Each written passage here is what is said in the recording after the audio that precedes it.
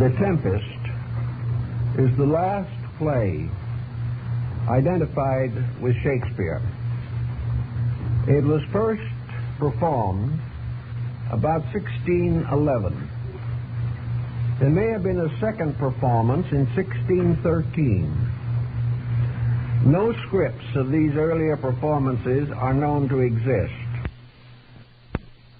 It was published for the first time as the first play in the Great Folio of 1623. The basic description of the play is that it is considered a comedy. It is a comedy because it has a happy ending. The second point that has been advanced is that it is a court play. That is the type of production that was performed either under the patronage of some powerful noble or at some event in the court of England. To study the play very carefully is utterly beyond the time at our disposal. But I suggest that those of you who are stimulated by our remarks will do well to read the play at your leisure. Many have declared it by far the finest example of the theatrical literature of the period. Unlike most of the plays that came along in the Elizabethan era, it is not based upon other written material. It is not derived from the French or the Italian or the English. It is a play contrived entirely within the fabric of itself. Part of the play is in the form of a prologue. This is not seen on the stage, but is referred to and filled in by dialogue as the story unfolds.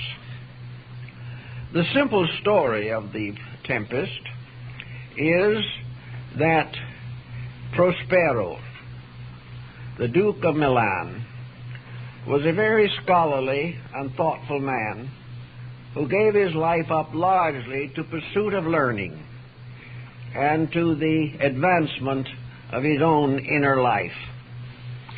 His brother Antonio therefore gains large authority, and to him is assigned most of the responsibilities and duties of state. Antonio was highly ambitious, and he contrived to take over the dukedom.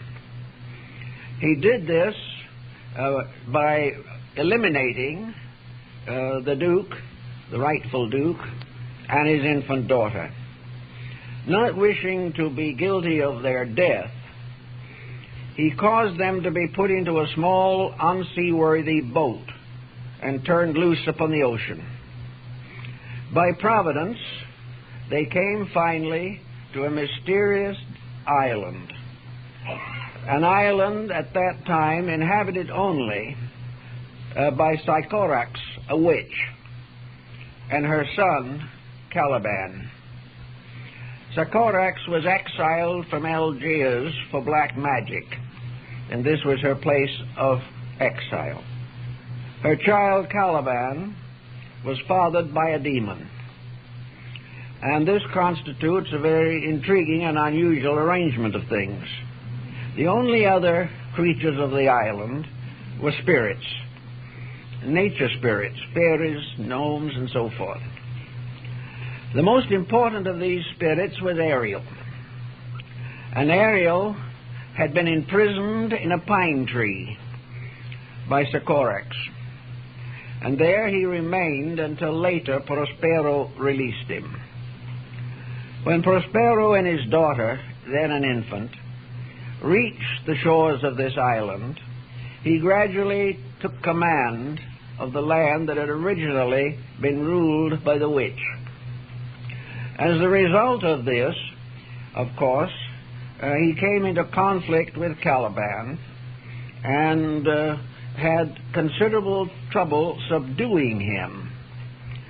He was never able, however, to redeem or reform his nature, and Caliban remained a strange, monstrous creation. For some years after, until Miranda, the daughter of Prospero, had grown up, They lived alone in this strange environment. Prospero educated her and instructed her in many of the secrets that he had gained in his long years of research. At the time of his departure from Milan, Prospero had a very wise and wonderful counselor, an ancient man called Gonzalo. This wise counselor, when he found that Prospero was to be put into this ship, this little boat, and cast into the sea, arranged to hide in the boat a large number of the precious volumes from the ducal library. These books were so important to Prospero that he said they were worth much more than his dukedom. Studying these books, educating his daughter, and wielding authority over Caliban, Prospero remained for a long time on the mysterious Enchanted Isle. In the meantime, other interesting things were happening. It seems that the Duke of Naples, a more or less nondescript character in the story, but amiable, named Alonso, was returning from Tunis, where he had married his daughter to the king of Tunis. For some reason, much is made of this circumstance in the story, although it is not visually presented. It is used apparently to tie the story of the Tempest to the Aeneid of Virgil. In the Aeneid of Virgil, Aeneas, the hero, stops at Carthage, and Carthage is now Tunis. And there he was closely associated with Queen Dido, whose affections he did not reciprocate. And when he left, she committed suicide. Now, it is interesting that the daughter of the king of Naples should be married to the king of Tunis, which was originally Carthage. And there are several lines thrown in for no important reason, obviously, in the second act of The Tempest, in which this point is hammered in with a tremendous amount of vitality. Now it seems that in the times that with which we are concerned, Prospero had become master of magic arts. He had also a magic cloak, which made him invisible whenever he so chose. He had a magic staff with which he could draw the circle of his enchantments. And he had his book, the precious volume of all those that he had received from Gonzalo. And at this point, the prologue ends. Now, Prospero has the enchanting ability to create illusions and delusions. And in the pursuance of his art, he contrived a method of revenging himself upon Antonio. He caused a great tempest to arise and founded the ship on which Alfonso was returning from Tunis on the shores of the Enchanted Isle. This is an interesting point for the reason that it is all an illusion. It was something conjured up. And when as we go into the story further, we find that there was nothing wrong with the ship. Nothing happened. It was all in the minds. It was all in the experiences of those who were caught in the magic tempest. It is interesting to point out also that in spite of having been cast into the sea, all the members of the ship's group arrived on the island without their clothing even being wet. It is all a system of magic, a peculiar combination of illusion and delusion. Once they had all arrived on the island, Prospero divided them into groups, and he called upon an airy spirit called Ariel to act as his messenger. And through Ariel he controlled, bewitched, befuddled, and bemused all these groups, so that They did not know what they were doing or really where they were. At the same time, with the King of Naples came his son, Ferdinand, an upright and fine young man. And Prospero contrived a romance between Miranda and Ferdinand. And this romance blossomed, and they were finally married, and according to the theory at least, lived happily ever after. As time went on, the tone of Prospero's thinking changed considerably. And after giving all these strange experiences to these groups, he revealed his true identity as the Duke of Milan. He forgave all of his enemies, and together they returned on the ship to which nothing had really happened, and the two dukes returned to their dukedoms, and all the other members of the cast faded from sight. After he left, the island was inhabited only by Ariel and Caliban. Now this is a rather quick digest. We don't go into some of the lesser characters, but this is the main theme of the story. And from the time it was written, experts, scholars, students on various subjects have tried to understand it. Nearly everyone who has approached it realizes that it has more than one meaning, that it represents some type of an enigma, an emblemata, a strange and mysterious piece of literature. Those who like to assume that Shakespeare wrote it are mostly inclined to admit that other pens were in there somewhere. This is understandable if there were 10 years between the last presentation of the play and its appearance in the folio. Where was it during that time? We know that from the quartos of the Shakespeare plays, these quartos show revisions all the way through. And the original quartos are not like the text that appears in the first folio edition. Was this play also tampered with? Were things introduced into it that were not originally in the court play itself? Now, as we approach the subject, we realize that there are two immediate interpretations possible. The first is that the entire play deals with the theater. The fact that many of these plays involve the theater and make certain philosophical opinions about theater causes the scholar to give a moment's pause. For instance, the lines, "The world's a stage, and men and women only actors on it. They have their exits and their entrances, and each one in his day plays many parts." Now, this is theater, but it is something more than that. It implies the theater of the world. In Hamlet, we find the Prince of Denmark remarking, "The play's the thing with which I'll catch the conscience of the king." Play acting within play is not uncommon to the literature and theater of that period. Now, if we wish to assume that it is a play, and a play only, then nearly everything in it is explainable in terms of a kind of natural magic, which is called stagecraft. Of course, it is obvious that in the first scene, where the ship carrying Antonio and the other members from the coast of Tunis, it is obvious that if this is on the stage, no ship sank.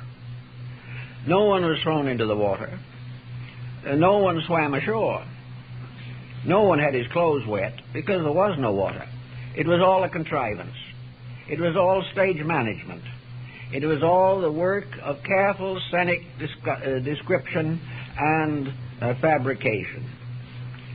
If this be the case, there is an interesting line in The Tempest, in which it is mentioned that the globe itself, the great globe itself, shall be dissipated, shall be lost. And this globe, of course, reminds us that the principal theater in which the Shakespearean plays were produced was the Globe Theater. So now we have a globe that could either be the earth or the theater.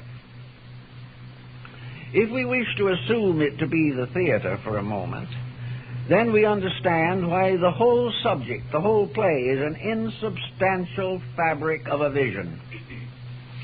That it represents a dramatization in which various characteristics of human nature are carefully discussed, unfolded, and given their proper emblematic place in a very unusual plot setting. This also brings us to the next situation that we have to consider. Presuming that it is not merely a play tied to theater, then there might be other possibilities. We know that originally theater was sacred, that it was part of the great cult of Dionysus, and that within the fabric of the theater were produced the initiational rituals of these particular rites. We know also that all this pageantry was keyed to meaning, that every figure in the story had some part in the great story of human unfoldment, that it was not simply a fictional thing, but a kind of mandala suitable to meditation. And this is certainly true of The Tempest. Now, the next possible interpretation must cause us to pause for a moment and orient the play in time and place. These are very important factors, for every thing that descends to us from antiquity is in some way bounded by time and place. Here we have, for example, the problem of what was the tempest that might possibly have brought this whole picture into focus. Several have decided that the most likely answer to this is that the tempest was the Protestant Reformation. Now, this was a tempest that swept Europe. It originated with the development and release brought about in religion by Martin Luther. It is very interesting, just in passing, that the crest of Martin Luther was a rose. Within the rose, a heart, and within the heart, a cross. This, incidentally, was the device of the Tudor family, not German. And on the casket of Queen Elizabeth, the symbol of the Tudor rose is identical with that of Luther's crest. This rose also occurs in many different forms and values and has been gradually linked with the idea of Rosicrucianism. There was something happening back there that was causing a considerable stir. Now, the Protestant Reformation was really the dividing line between medievalism and the modern world. By means of this Reformation, the power of the clergy and of the nobility was sharply curtailed. This is the key to a great deal of our story. The Protestant Reformation liberated the possibility of the individual developing a new point of view concerning the world in which he lived and his relations with his fellow human beings. Probably the greatest product of this Reformation, which is clearly indicated, is Bacon's Novum Organum. Bacon has been declared to be, in a sense, the founder of the modern world, in the sense that he was the one who brought together all of the wisdom available to him and fashioned it into a new system of human thought. This new system was in substance merely the fact of bringing the philosophies, religions, and sciences of man into harmony with the religions, philosophies, and sciences of God. It was the first effort to impose the laws of the universe upon the conduct of individuals. It resulted in a tremendous change in education. It was gradual, and it was bitterly opposed. Every leader in this particular field was under very heavy persecution. Entrenched attitudes, the power of the clergy, the dictatorial authority of the kings, these were all threatened, and naturally they retaliated in kind. They turned England into a battlefield, not a physical warfare primarily, although revolution did follow, but a battlefield of ideas, of prejudices, of superstitions, of attitudes, of convictions. This, while it did not appear very powerfully in the works on traditional history, was known definitely to have occurred. Now, in this particular situation, therefore, the playwrights came under evil times. When Puritanism took over in England, after the execution of Charles I, all theaters were closed. Actors were forbidden to perform and were persecuted as individuals. It is said to have been a prologue and the beginning of this situation that contributed to the resolution of Shakespeare to leave London and go back to Stratford. In those days, the journey from London to Stratford was so long and difficult that it promised practical immunity from the pressures of political change. In this particular phase of the matter, then, we have the dawning of a new era. We have a new power rising up, a power of liberation, of humanism, and of transformation. Now, as we know today, we are in a similar critical period, a period in which factionism becomes intense, a period in which clinging to the old and attempting to escape to the new may often become a mass of bloodshed. We are in such a critical moment as was there nearly 4 centuries ago, when the Protestant Reformation really swept away the divine right of kings. This change, as in the present time, was really a tempest. We are in a tempest now, right here in our own world. We are in storms which are both natural and man-made. Climate, weather combines and conspires. Earthquakes shake the earth. This is indeed a time of great confusion. A somewhat smaller, but somewhat equivalent condition existed in England at the beginning of the 17th century. At that time, the great conflict to cling to the old or to go to the new was a dominant factor. We know the universities were opposed bitterly to change. So was the clergy. And the conflict between the Church of Rome and the Church of England was intense.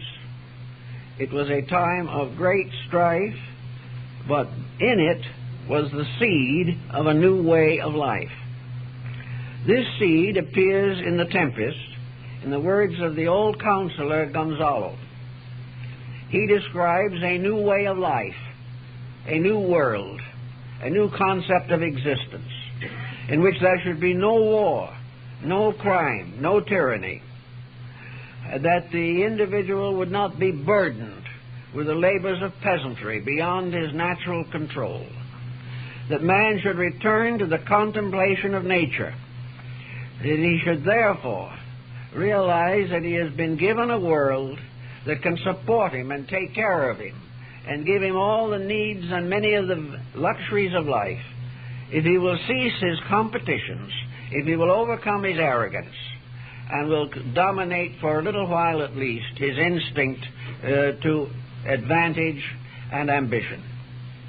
In other words, Gonzalo states the very basic story, which has also been associated with Bacon's New Atlantis, and in turn with the shipwreck of Sir George Soma on the Bermudas. All these things were part of a picture that dominated the minds of people at that particular time. It was obvious that such a concept could not be put on the stage. It would have been enough to condemn to death anyone who would outwardly and frankly discuss the matter. Everything had to be done in secret. Now, in this particular case of secrecy, we discover, for instance, that Prospero, in the story, has 3 priceless instruments which he values, but which in the end he casts aside. The first of these is his magic cloak. He wears this before the world all the time. But when in talking to his daughter Miranda and in other intimate details, the stage instructions tells that he takes off his cloak. The second thing that he has is a magic staff with which he draws the circle of his enchantments. And the third thing he has is a great book which contains all the secrets of the world. Now, if we say, for example, that Prospero represents the new order and perhaps veils the personality of Bacon himself, then we can begin to understand the magic cloak, which he takes off and puts on. When Prospero wore it, he could make himself invisible at will. When he took it off, he was visible again. Now we can rather equate this with the idea that a great part of the work of this new order of things was done in secret. Many books were written without names. They were cloaked. They were concealed. In other occasions, we find that the magic cloak allowed him to move invisibly in a world of his own, a world of secrecy, for that is the real meaning of the magic cloak, secrecy. Now he had a staff, and this is very cute, and most people probably haven't even thought of it. What is a staff? It is a stick you lean on. No one questions this. But a staff is also an establishment of people working towards a common end. We have the post office department with its staff. We have the police department with its staff. The staff becomes a symbol also of a group. Now, if we want any further inclination in this direction, we remember that with the staff, he drew his magic circle. What is a circle? A circle is also a group of people gathered together under some particular purpose for considerations and purposes considered to be important. We know that at that time there was a circle of poets and playwrights and actors, and that these were the closest friends that Lord Bacon had. We also then come to the book, and at the end of the play, Prospero cries, "And deeper than did ever plummet sound, I'll drown my book." Drowning is a symbol of concealment, so that the concealment of the book, or the placing of it where it is inaccessible, is also part of the original plot and story. Actually now, then, we have to consider a little bit the political system and the situation it involved. The Baconian theory of philosophy and science is based upon experimentation, observation, and tradition. Bacon's outward texts emphasize all of these points. The entire theory is that man shall no longer follow the dictates of other men, that he shall no longer derive his authority from the past, or from that, for that matter, even from the contemporary. The individual, the scholar, must gain his authority by observation of facts. This involves experimentation. laboratory techniques, and everything that it is possible for the individual to learn. He also implies in this the foundation that was later to be enveloped by the cloak of the Royal Society, namely the exploration of all parts of the earth, to know more about their people, to know more about their natural resources, to find out about their flora and fauna, to determine their characters and their nationalities. It was also a continual program of research into man, the circulation of the blood, the development of the new concepts of astronomy by Copernicus and Galileo. All these things were part of a great pattern which had as its primary objective human improvement, but produced in the course of its development a great amount of human confusion. To finally change the basis of knowledge from tradition to living fact was the great tempest, the transformation that was so greatly to be desired. Now, in this particular instance, we realize from the study of Bacon's writings that they divide definitely into three groups. The first group, composed of the Novum Organum and other elements and sections of the advancement of science, were limited largely to the outlining of an infallible pattern for the advancement of knowledge. This is so clearly set forth that it is amazing even to our present day. The second part of his teaching was essentially philosophical. And in this area, he gives us a great many interesting patterns, constant references to classical thinking, and, of course, his wonderful little book, The Fables of the Ancients. He shows his philosophical insight sufficiently in his outward writings to be included among the great philosophers of Europe. His third part was religion. And while it would appear that a scientific advancement might result in the retarding of religion, this was no part of Bacon's plan. Bacon himself declares on a number of occasions that he is a faithful child of the Church of England. He also left to us his essays, which are among the finest moral and ethical documents and one of the greatest pieces of English literature. In a less well-known category, Bacon has left us a group of prayers addressed to deity, prayers that reveal him as a humble, penitent person, seeking only the common good and desiring only to obey God. These prayers have been declared by scholars to be probably the finest religious documents of the modern world. So Bacon, by his own life, tells us something that has been generally forgotten, namely, that science and religion are not in conflict, that it is not necessary for the scientist to depart from the essential principles of religion. He may differ with man-made theology, but he will not differ from the laws of heaven. And Bacon in one place tells us that it is essential to realize that a little knowledge may incline men's minds to atheism, but greatness of knowledge bringeth their minds back again to God.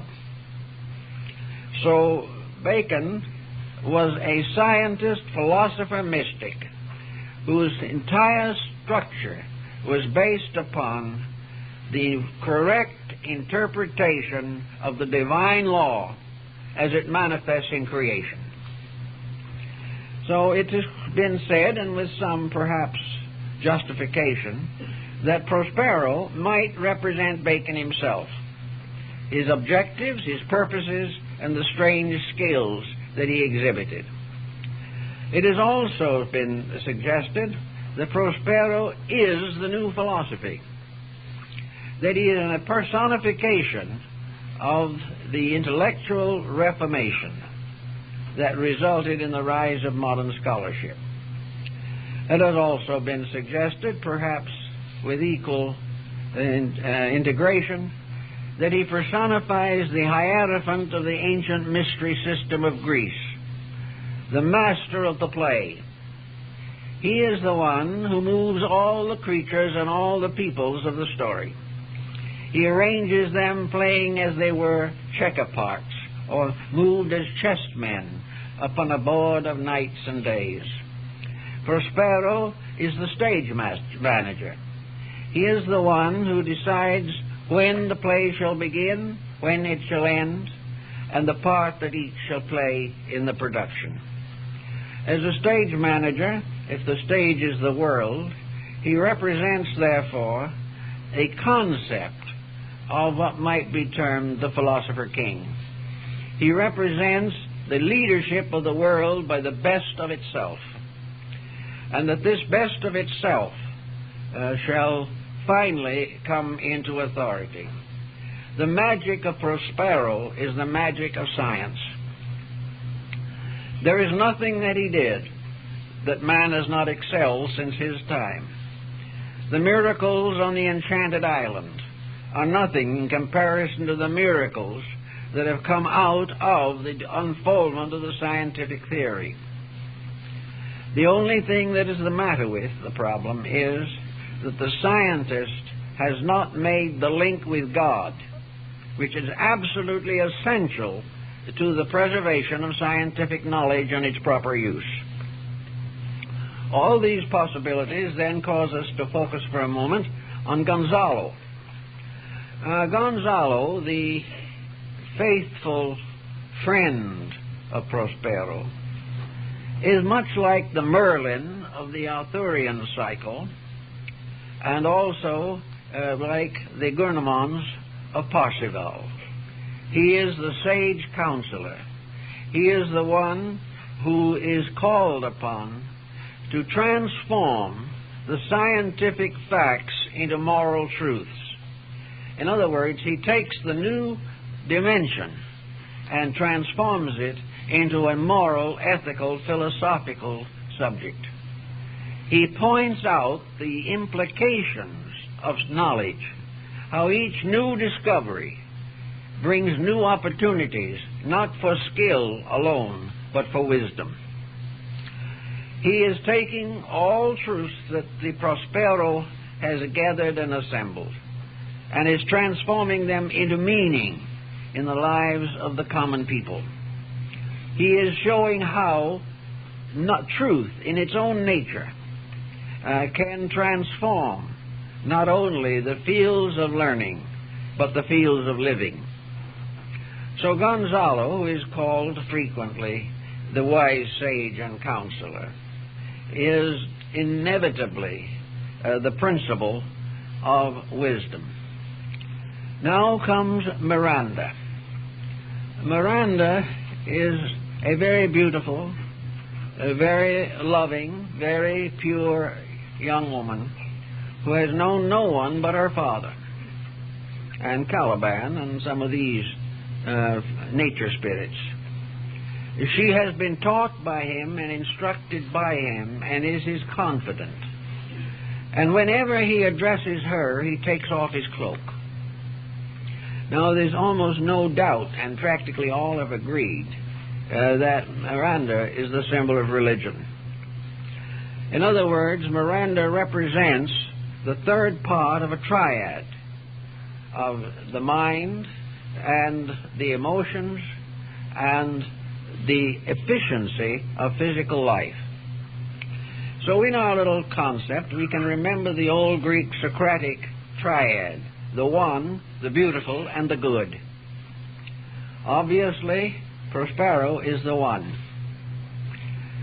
Gonzalo is the good. And between them stands Miranda, the beautiful. These form a triad, which is basically Christian, but is derived as much Christian mysticism is derived from very ancient sources. This triad of the one, the beautiful, and the good is clearly unfolded by Dionysius Areopagus in his mystical divinity. It is also found in St. Augustine's writings, and particularly in the writings of St. Thomas Aquinas. But in any event, we have now a triad of principles that are definitely based upon eternal truths in nature. These three are very hard sometimes to fully understand, but we know that Miranda is the confidant of her father. We know that she obeys him, and we know also that she knows him without the magic cloak. So we find another very interesting parallel there in spirit, soul, and body. In other words, Prospero is the spirit of the new learning. Miranda is the soul of that learning. And Gonzalo is the body of that learning. And it is only Miranda, the soul, that can commune with her father, the spirit, when he is not cloaked in one of his appearances. She, by her own intuition, receives his instruction, and he is always in communication with her. And the close association of spirit and soul is very beautifully and tenderly developed. Now, in this same triad situation, we observe the instrument of the Baconian Reformation. These instruments are a better, fuller, more perfect understanding of God. And the supreme cloak which conceals the true purpose of God is the world, the whole of nature, all of which is the garment of divinity.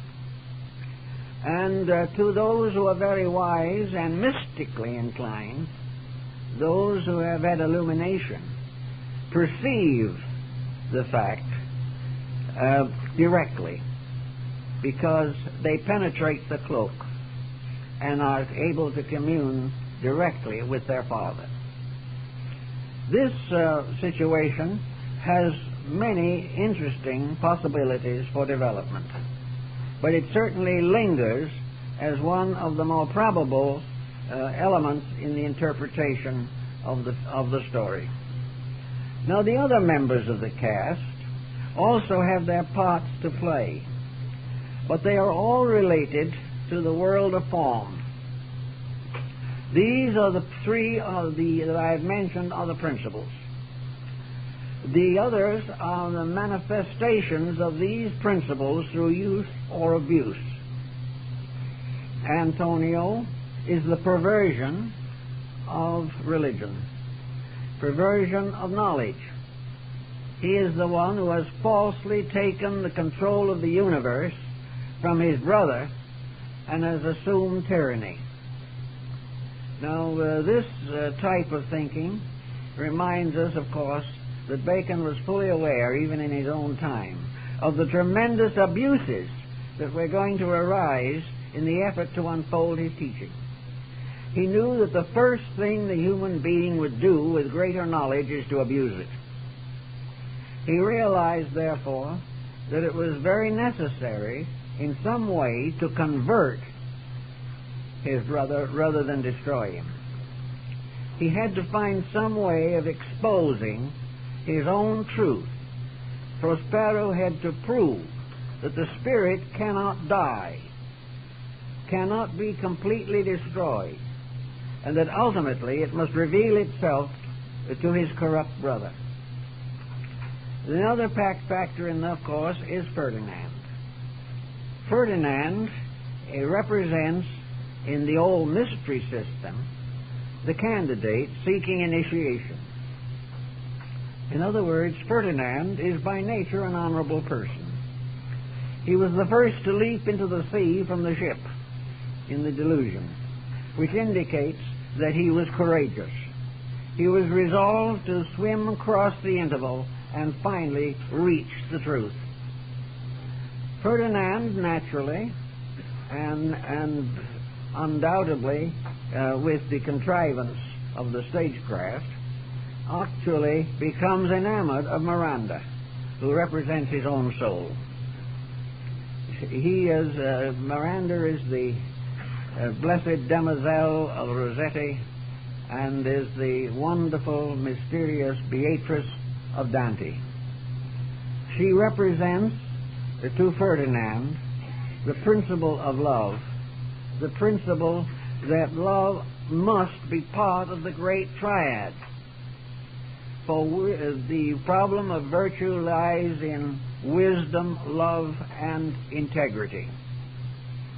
These principles bring them together, and Ferdinand becomes inevitably the bridegroom in this apocalyptic fantasy.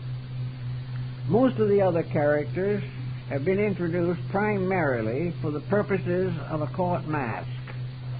The sailors with their robust humor and the other individuals involved have very little real significance in the play. They are used most often to tell some part of the production that is not shown. Caliban, however, does come in with considerable force. He is described as a monster, and when Prospero tries to teach him to speak, Caliban says all he has learned is to swear better. He is able to curse more grammatically. Now, Caliban obviously represents in the field of knowledge not only natural ignorance, but a kind of depravity. Caliban is materialism. He represents the power that is constantly attempting to justify its own angers, hates, fears, and appetites at the expense of the new way of life, the new order of learning. Caliban is the inevitable result of the increase of skill without the increase of integrity. Actually, Caliban attempts to assassinate Prospero. He attempts to destroy wisdom, because wisdom is an appetite he does not know how to satisfy. He wants to destroy the thing that interferes with his right to be wrong. He wants to use all of the skills that have been part of Prospero's magic simply to advance his own animalistic tendencies. Materialism, therefore, declares war against integrity, against the new order of learning. Materialism takes the wand and the magic coat to cover its own nefarious actions. Materialism wants knowledge only for one thing, and that is personal gratification, and that is Caliban's keynote. He is not interested in the improvement of anything except his own fortunes, and he hasn't the intelligence to do anything with his own fortunes. He is simply a blind, bestial dedication to gratification. In this instance also, we have a little thought for Ariel. Now, Ariel is one of the interesting characters that appear in certain of the Shakespearean plays. Puck in the Midsummer Night's Dream is another. Ariel is a spirit. His name suggests air. But there is more to him than merely atmosphere. Actually, Ariel represents power. He is the force, the energy, the life, the vitality in things. He is the one power upon which all science, all philosophy, and all religion depend. He is also the power upon which every living creature depends for its own existence. He is invisible, except on occasion. He is also a little rebellious against the bondage to Prospero. and he is constantly urging for Prospero to let him free or set him loose from the control of Prospero's magic power. There we have force, and we have a modern counterpart for this situation, power. Someone once asked Steinmetz what the universal principle was, and he replied instantly, power.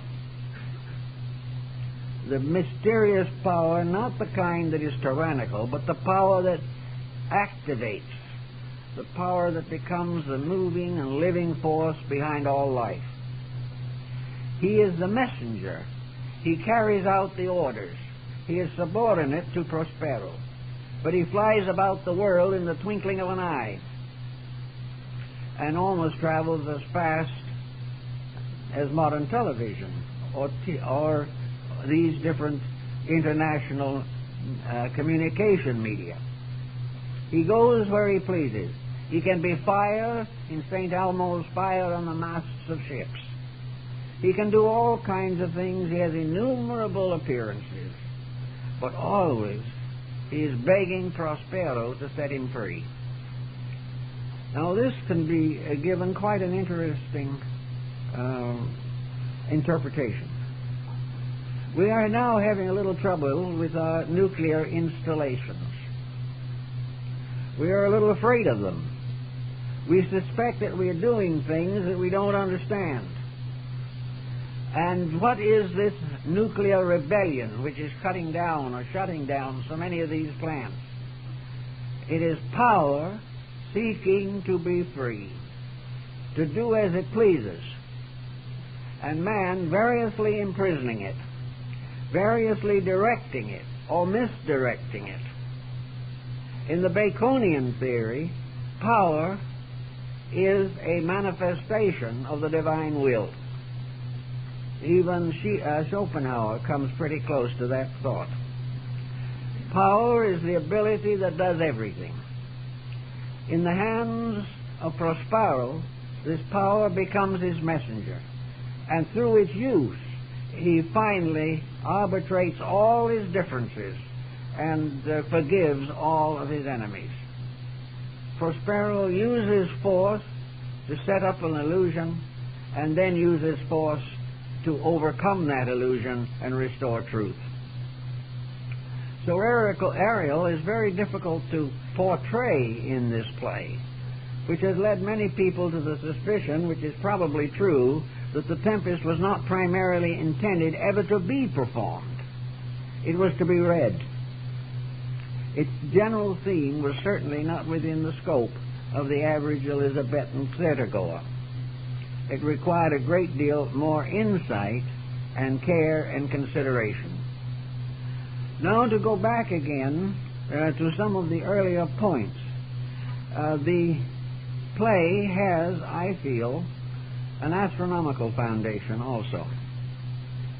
And it is founded not upon the Copernican theory, but rather upon the ancient system of Ptolemy. For all religions of the ancient world were finally summarized in Ptolemaic astronomy. It became the skeleton on which all the different draperies of beliefs were hung.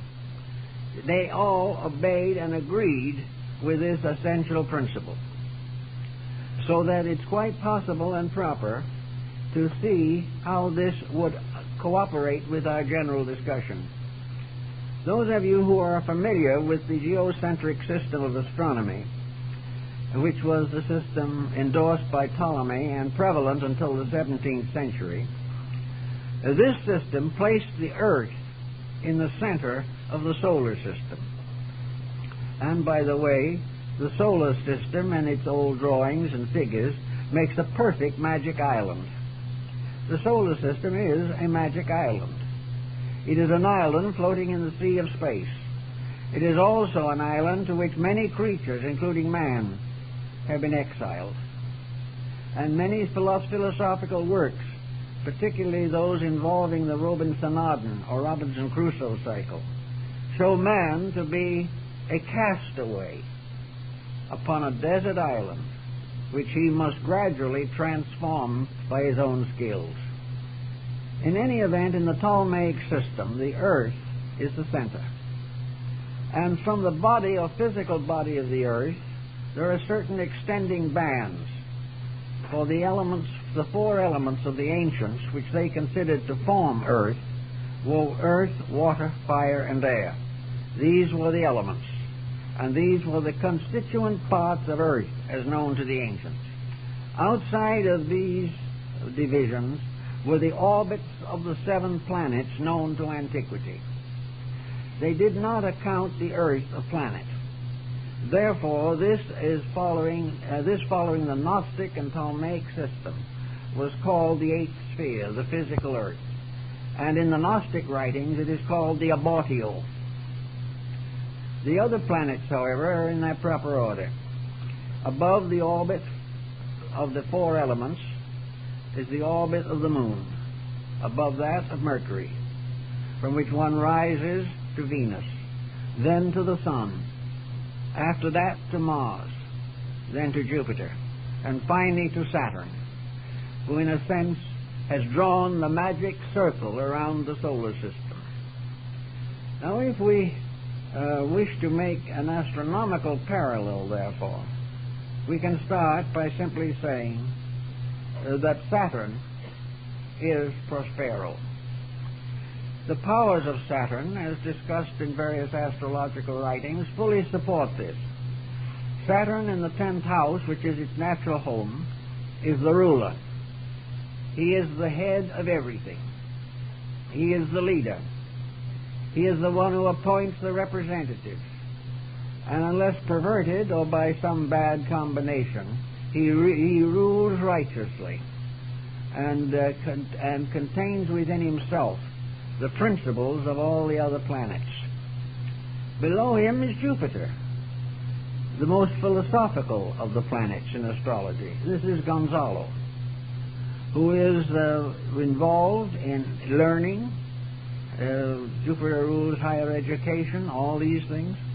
He is involved in learning. He is involved in interpretation. He is involved in revelation, unfoldment, and reformation of learning. The third one is Mars, who undoubtedly represents Antonio, because Antonio and Mars are both symbols of violence, of aggressiveness. A good Mars is one of courage. A bad one is one of treasons, stratagems, and spoils. A deceiver, a destroyer of good. The next is the Sun in this order, and he is Ferdinand, because Ferdinand in the ancient mysteries was always the candidate, the Sun, and the journey through the mysteries was always patterned by the journey of the Sun through the zodiac. Therefore, the candidate played the Sun. That below that is Venus, who corresponds to the King of Naples, who is just returning from marrying his daughter to the King of Tunis. He is a symbol of emotional unrest. He is constantly involved in the use of emotions to advance his own temporal power by forming allegiances. Alfonso, then, is emotional disturbance, and also, to most people, a symbol of the perversion of emotion for self-gratification. Below that, it is, of course, Mercury. And what could Mercury be better than Ariel? Mercury was the messenger of the gods. He was Prospero's messenger. He was the communicator that bound heaven and earth. He was the brilliance of the quick mind, but he was also the mysterious power of vitality. Therefore, Mercury was a kind of universal agent, perhaps the same agent that Paracelsus called Azov.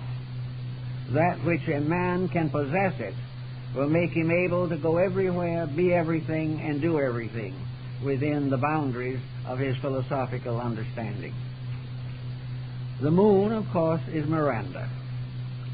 And here we have another very interesting symbolism. For the moon is the mother of the mysteries. She is the great Isis, whose veil no man can lift. She is the Mater Deorum, the mother of gods. And in the Greek, she is Rhea. In Christianity, she is the Madonna. Therefore, she properly represents the moon. Now, there's an interesting point in this that perhaps many people haven't noticed, and that is that we have a touch of alchemy thrown in on us at this point, as a means of establishing something that might otherwise be difficult to understand. For in alchemy, the great work is accomplished by the marriage of the sun and moon. So the happy marriage of Ferdinand and Miranda represents the philosophic union. It represents that union within consciousness itself, by which all living things will dwell together in happiness forever. The Chinese have exactly the same thought in their cinnabar alchemy, for they also refer to the medicine of the sun and moon. The union of the sun and moon is the final reconciliation. And as soon as Prospero has achieved his end in the romance between his daughter and Ferdinand, he begins to undo his magic, because it becomes no longer necessary. We have all these elements, and of course in this pattern the eighth sphere left out, the abortio, is Caliban, the symbol of the lower material side of life. The Arabs had an ancient belief that all the evil in the world finally was filtered out of our atmosphere and made into the body of a dark star which circles around the orbit of the earth. Efforts have been made to distinguish this. Some astrologers have tried to identify it with Lilith, the demon wife of Adam. But in any respect, it is the symbol of Caliban as the unregenerate, the unredeemed, but to be redeemed in the due course of time. The body cannot redeem itself. It has to be redeemed by the powers within it. And when these powers do not concentrate upon that effort, Caliban remains a monster. There is a further clue to this in the fact that the material earth is supposed to be surrounded or composed of four elements: earth, water, fire, and air. Each of these has an astrological symbol. Each of these has an emblematic symbol associated with it. And the body of Caliban is a composite made up of these symbols. He represents all the four elements in their monstrous compound, which we call the world. Now, as we think a little deeper into this thing, we come against something else that's rather confusing but intriguing, and that is the Hermetic axiom. That which is above is like unto that which is below, and that which is below is like unto that which is above. This is said to have been inscribed on the emerald tablet found by Alexander the Great in the tomb of Alexander, in the tomb of Hermes. In this particular case, the law of analogy intrigues us to wonder what the relation may be between the world form, the world pattern, the world intrigue, and man himself as a person. There's no doubt in the world that Bacon's primary consideration in all of his works was the improvement of man, the regeneration of the human being by providing him with facts, with realities so inevitable that he could not refute them. Man's regeneration depends upon his return to the divine plan by which he was fashioned. He must obey that which was created to command. He must be part of a plan in which principles are immutable, and the individual can never be free except by obeying. So we come now to man himself and his composite constitution, and this seems likewise to have a place in the story of the Tempest. Most of those who are interested in esoteric matters at all are aware of the multiple bodies of man. They are aware of the auric field in which abide the principles of life, and also the seeds of the various lower vehicles which involve the lower mind, the emotions, the vitality, and the form.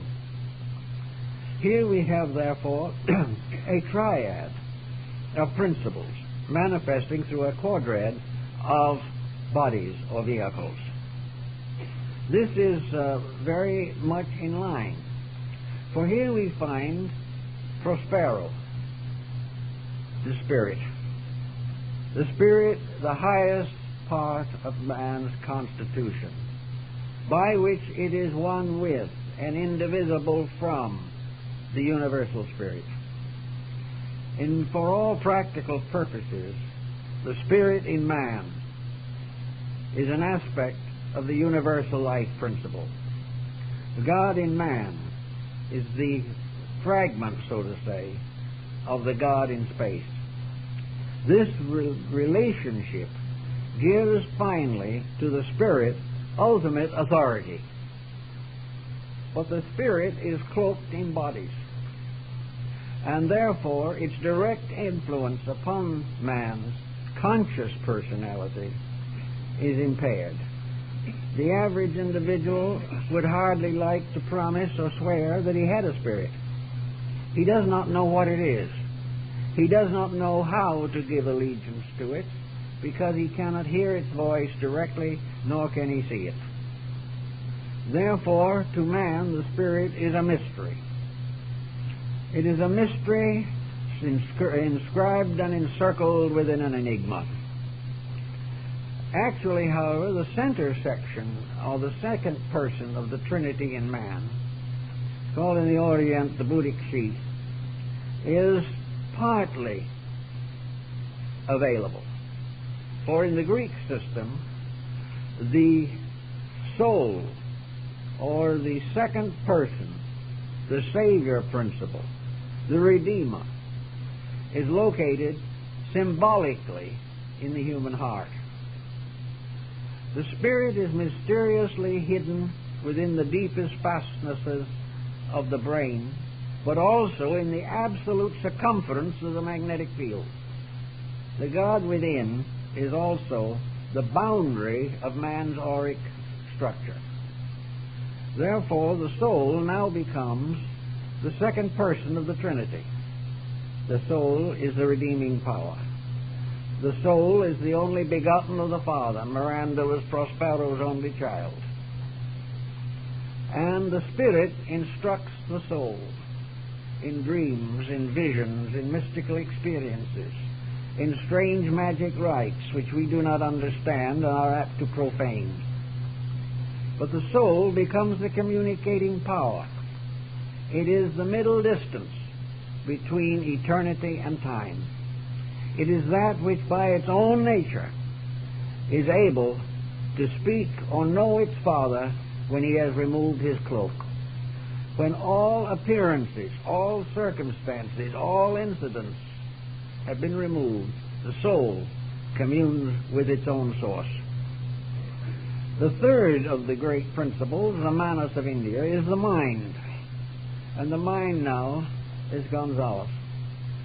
Now the mind, as we study it, like all of the other bodies of which it is the highest, is stratified. There are many levels of the mind. The most common division is the division between abstract and concrete mind. Abstract mind is best perhaps represented by Gonzalez, because he represents thought in principles, whereas the concrete mind, which is only able to see the outer semblances of things, is more or less captured in the various persons that become incidental to the story, because all its labors are incidental. In the level and substance of the mind itself, in the higher realms of intellect, is the seat of what we term the self, which some call the ego.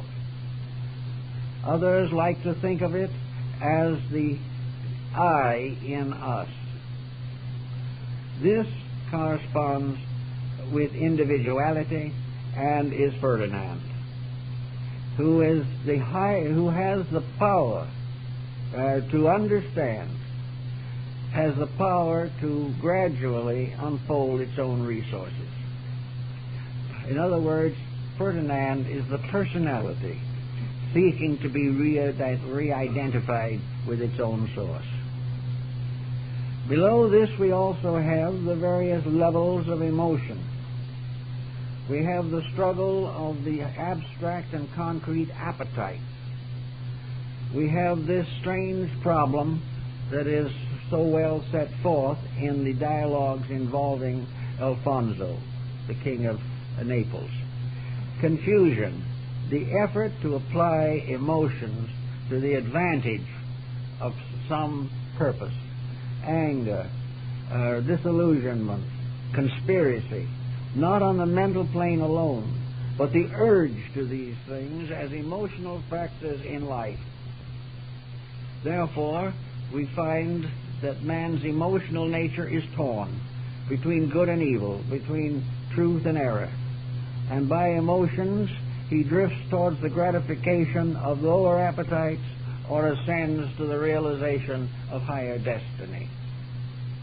Below the emotional nature, of course, is the energy body, called the etheric double by some, vital body by others, the akashic field by still others. Here we have definitely the symbolism of Ariel. Ariel can be transformed immediately into the human nervous system, just as Alfonso can be the veins, and each of the levels has its own proper representative. This Ariel now is the life with which we move and have our being. If anything impairs that life, we have paralysis. If it is too greatly impaired and the life supply is cut off, we have death. But life itself does not die. It continues to exist in space forever. But the vital body of man is the link between the two higher bodies and the physical form. If this link is disturbed, then sickness of various kinds steps in. And it was one of the Paracelsian axioms that most diseases originate not in the body, but are transferred to it by abnormalities in the magnetic field. But Ariel, bright as he is, also vitalizes the other bodies. He vitalizes the emotions. He vitalizes the mind. But he only serves Prospero. Now, in the vitalizing of the various aspects of life, which he has as his peculiar promise, he also is trying to be free. He wants to be liberated from the control of spirit.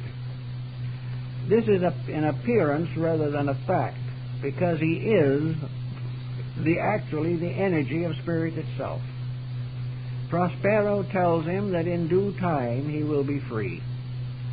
Now, the free use of energy is its proper use. It is its use as a building power, a constant reminder to us all that the energy by which we do anything is the divine energy, that it is given to us for a purpose, for a dedication. We cannot lift our hand without it. But what happens when we lift our hand against our brother? This is disruption of energy. This is abuse of it. And from this abuse, numerous and innumerable tragedies result. Therefore, Prospero continually promises Ariel his ultimate freedom, but does not bestow it immediately. Because man cannot have the full control of vitality until he knows how to use it. In technical thinking, the complete control of this vital principle could end in physical immortality.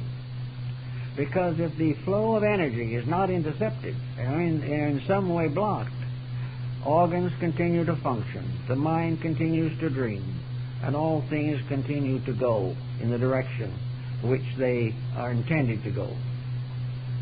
Actually, as a vital principle also, Ariel has another facet to his nature, and that is that he is the power of imagination. Imagination in some way by the ancients was linked with the nervous system, which is probably proper, but it's a combination of emotion, of thought, and of vitality, and these being combined in Ariel, we see how they can work out. Actually, as Bacon himself tells us, the whole of creation is a dream. The great problem is that man must learn to dream true. He must learn to recognize that dreams have a strange substance in them, and that perhaps the most important of all dreams is the dream of a better world to come, where imagination projects us into the future. It provides us with the incentives to achieve that future. If we live always in the very commonplace atmosphere of our own mediocrity, we are afraid to dream. And if we do dream, we're apt to have nightmares. But to dream true is to anticipate something better. And Bacon's great dream of the new Atlantis was a dreaming true. It was the building of a kind of architect's diagram, something that did not yet exist in mortar and stone. But this diagram, this picture, this plan would someday be fulfilled. And it is thus with the great dreams of mankind, our sages, our saints, our scholars, our mystics, all together. They are the ones that are dreaming of the solutions to things. And there's not enough of that dreaming today. We are all locked in the immediate. We are afraid to think of tomorrow, and we do not want to remember yesterday. But actually, to look forward to something greater and something better is absolutely necessary to us. Bacon could imagine what was going to come, but he could only lay the foundations. And each of us, each nation, each individual, each generation has to build a solid foundation under its dreams, its visions, its hopes, its dedications. It must build and count much on the substance of things unseen, because it is within ourselves, in our own inner lives, that we are the architects of the world's future.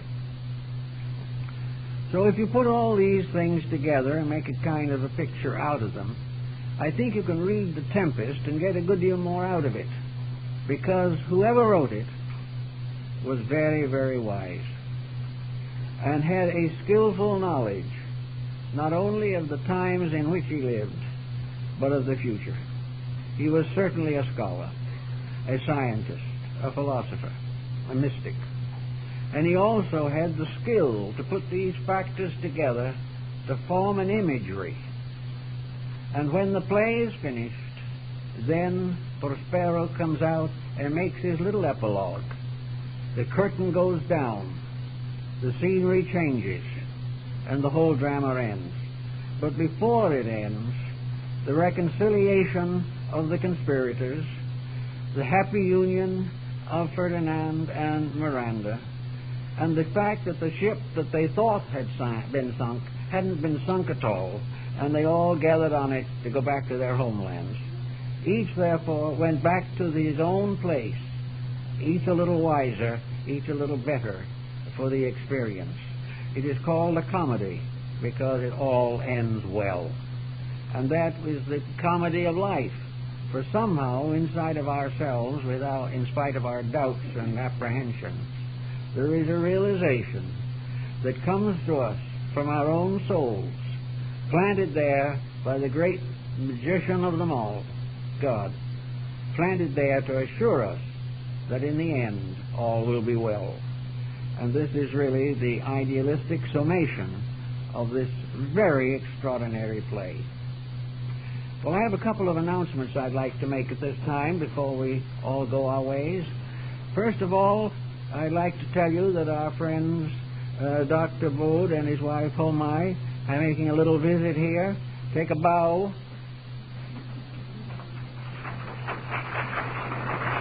Take a bow.